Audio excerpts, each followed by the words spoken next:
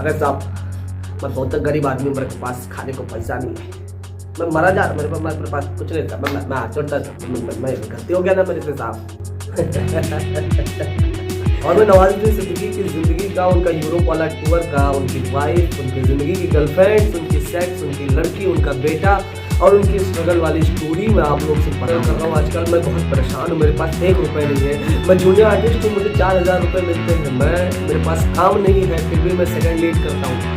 मेरा सबसे बड़ा जो डायरेक्टर है वो मेरा दोस्त है, मेरे सारे दोस्त बड़े बड़े काम कर रहे हैं, बस मेरे पास काम नहीं है, ऐसा बोलते हैं नवाजुद्दीन सिद्दीकी। तो उन्होंने फेक स्ट्रगलिंग स्टोरी और कैसे अपनी बायोपिक में कैसे उन्होंने तमाम सारी ऐसी बातें झूठी बोली हैं जो पब्लिक को पसंद नहीं आई है। तो नवाजुद्दीन सिद्दीकी की कुछ ज़्यादा ही फेमस है वो स्टोरी कि बिल्कुल मेरे पास पैसे नहीं, मैं जुहू से बांद्रा तक बिरयानी खाने जाता था लेकिन पैदल जाता। तो ऑडियंस से अपना सहानुभूति लेना था कि हम तो पैदल जाते थे बांद्रा तक। शाबाश बेटा, बहुत बढ़िया। आज हम नवाजुद्दीन सिद्दीकी की एक बिस्किट खा के दिन रात 24 घंटे गुजारने वाले, 2-2 3-3 दिन भूखे रहने वाले नवाजुद्दीन सिद्दीकी के बारे में बात करेंगे। नहीं, मैं नहीं मानता। अब आप लोग सोच रहे होंगे कि हम हंस क्यों रहे, या नवाजुद्दीन सिद्दीकी तो आइकन है, इसका भी हो गया। नवाजुद्दीन सिद्दीकी को देख के लाखों लोग मुंबई में आते हैं पिक्चर बनाने के लिए। अब आप सोच रहे होंगे कि हम हंस क्यों रहे, तो आप हमसे, अगर आप नवाजुद्दीन सिद्दीकी के अगर आप फैन हैं या फिर उसके समर्थक हैं तो आप नाराज जरूर होंगे। यकीन मानिए दोस्तों, अगर आप पूरा वीडियो देखते हैं, सोचते समझते हैं तो कहीं ना कहीं मैं सही। और मैं नवाजुद्दीन सिद्दीकी की ज़िंदगी का, उनका यूरोप वाला टूर का, उनकी वाइफ, उनकी ज़िंदगी की गर्लफ्रेंड, उनकी सेक्स, उनकी लड़की, उनका बेटा और उनकी स्ट्रगल वाली स्टोरी मैं आप लोग से बताऊंगा कैसे नवाजुद्दीन सिद्दीकी ने झूठ बोला पब्लिक से, अपनी वाइफ से और पूरी फैमिली से कि एक बिस्किट खा के वो दिन रात जिंदा रहते थे, 12 लोगों के साथ रहते थे। कैसे उन्होंने बताया कि वो दिन रात पैदल चला करते थे। अब हम लोग सोचेंगे कि मैं ऐसा क्यों बोल रहा हूँ, मेरे को जाना पड़ेगा,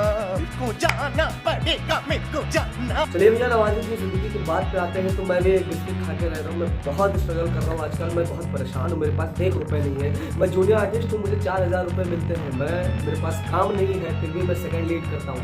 मेरा सबसे बड़ा जो डायरेक्टर है वो मेरा दोस्त है, मेरे सारे दोस्त बड़े बड़े काम कर रहे हैं, बस मेरे पास काम नहीं है, ऐसा बोलते हैं नवाजुद्दीन सिद्दीकी। क्या कहना क्या चाह रहे हैं भाई आप लोग भी हंसेंगे उनकी बात सुनकर, कैसे उन्होंने फेक स्ट्रगलिंग स्टोरी और कैसे अपनी बायोपिक में कैसे उन्होंने तमाम सारी ऐसी बातें झूठी बोली हैं जो पब्लिक को पसंद नहीं आई है।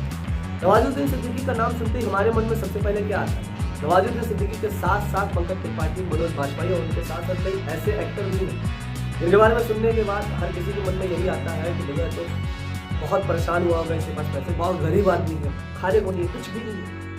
लेकिन उन सब में से नवाजुद्दीन सिद्दीकी की कुछ ज़्यादा ही फेमस है वो स्टोरी कि बिल्कुल मेरे पास पैसे नहीं, मैं जुहू से बांद्रा तक बिरयानी खाने जाता था लेकिन पैदल जाता था।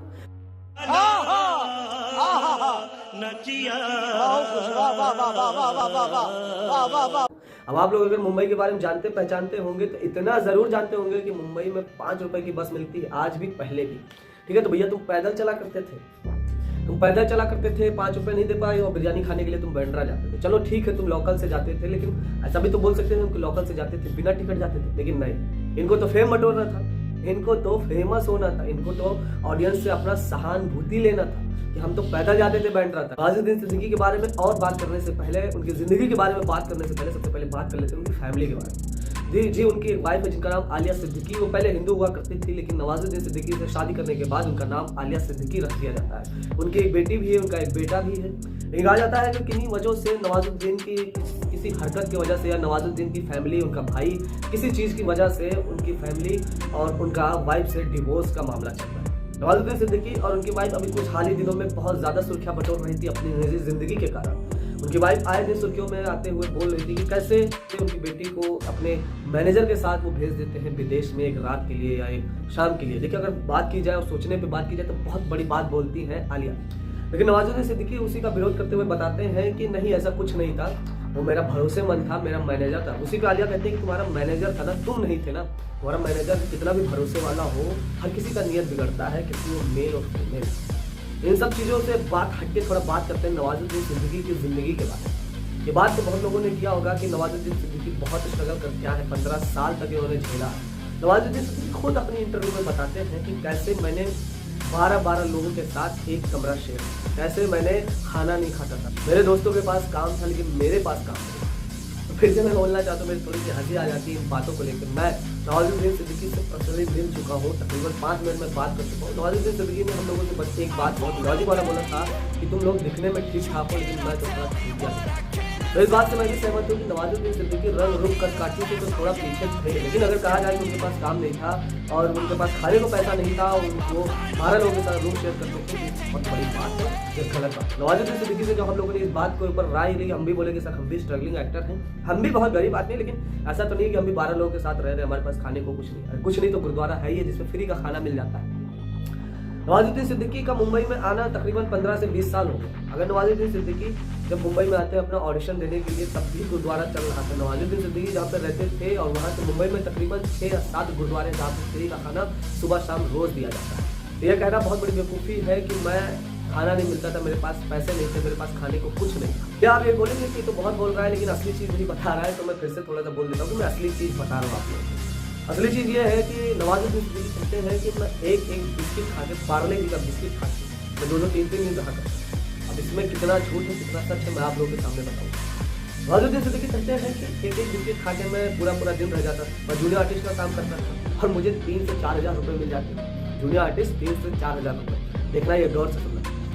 अब मैं बताता हूँ कि पहली बात तो एक बिस्किट खा के कोई आदमी रह नहीं सकता है, ठीक है। दूसरा चीज़ ये है कि मुंबई में खाने बहुत मिल जाते हैं। हाँ, अगर वो बोलते कि रहने को जगह नहीं थी तो मैं मान लेता, क्योंकि मुंबई में खाना बहुत मिल जाता है, रहने को सुविधा नहीं मिलती है। तीसरी चीज़ ये है कि वो बोलते हैं कि मैं जूनियर आर्टिस्ट करता था जिसमें 3 से 4 हज़ार रुपये मिल जाते थे। तो भैया जितने भी मुंबई को जानने वाले होंगे, एक्टर्स होंगे, उनको पता है कि जूनियर आर्टिस्ट की फीस 3 से 4 हज़ार कभी होती ही नहीं। आप कपिल शर्मा शो देखते होंगे, इंडियन आइडल देखते होंगे, उसी से रिलेटेड बहुत सारे शोज देखते होंगे जिसमें कहा जाता है जो क्राउड बैठते हैं ना उनको 5 से 400 रुपये मिलते हैं, मतलब 4 से 500 रुपये मिलते हैं। ये मेरा पर्सनल एक्सपीरियंस भी है और वहाँ से पता करने के बाद भी मैं बोल रहा हूँ।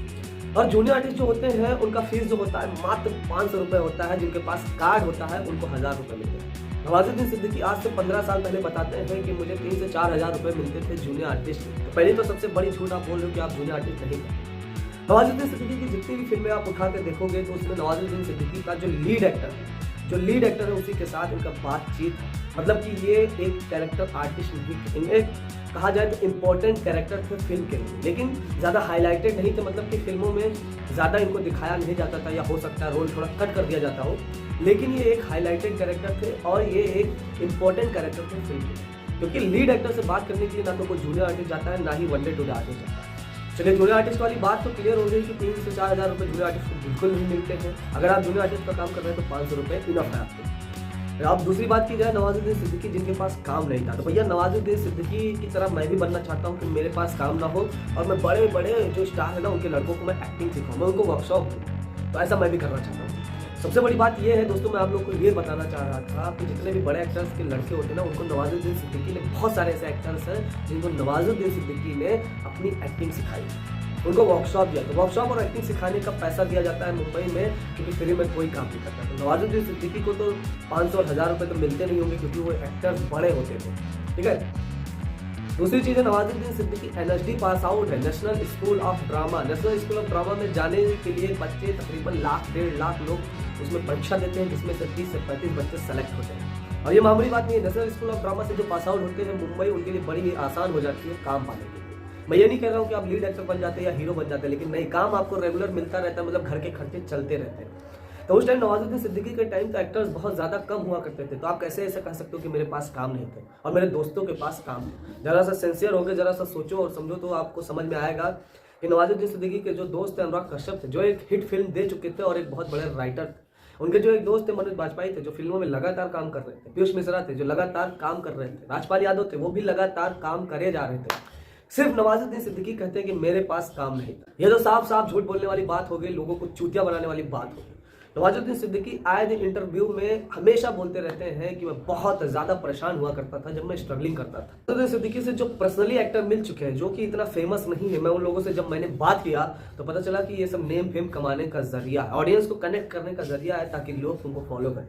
लेकिन नवाजुद्दीन सिद्दीकी को ये नहीं पता है कि उनकी वजह से कितने लड़कों की जिंदगी बर्बाद हो रही है मुंबई आकर। वो सपने दिखाते हैं कि मेरे पास कुछ नहीं था, इस वजह से मुंबई आया और मैं हीरो बन गया। लेकिन कई सारे नए एक्टर हैं जो ना ही एनएसडी पास आउट होते हैं, ना ही उनके पास असलियत में पैसे होते हैं, ना ही उनके पास कुछ दिखाने को होता है, फिर भी वो नवाजुद्दीन सिद्दीकी को देख के मुंबई चले आते हैं हीरो बनने के लिए और अपनी जिंदगी खराब कर देते हैं। तो नवाजुद्दीन सिद्दीकी से जब उन एक्टरों ने बात की और जब मुझसे बताया असलियत की ऐसा ऐसा चीज़ है, तो मुझे बड़ा ही तकलीफ हुआ। मुझे लगा कि ये वीडियो बनाना चाहिए, लोगों को दिखाना चाहिए।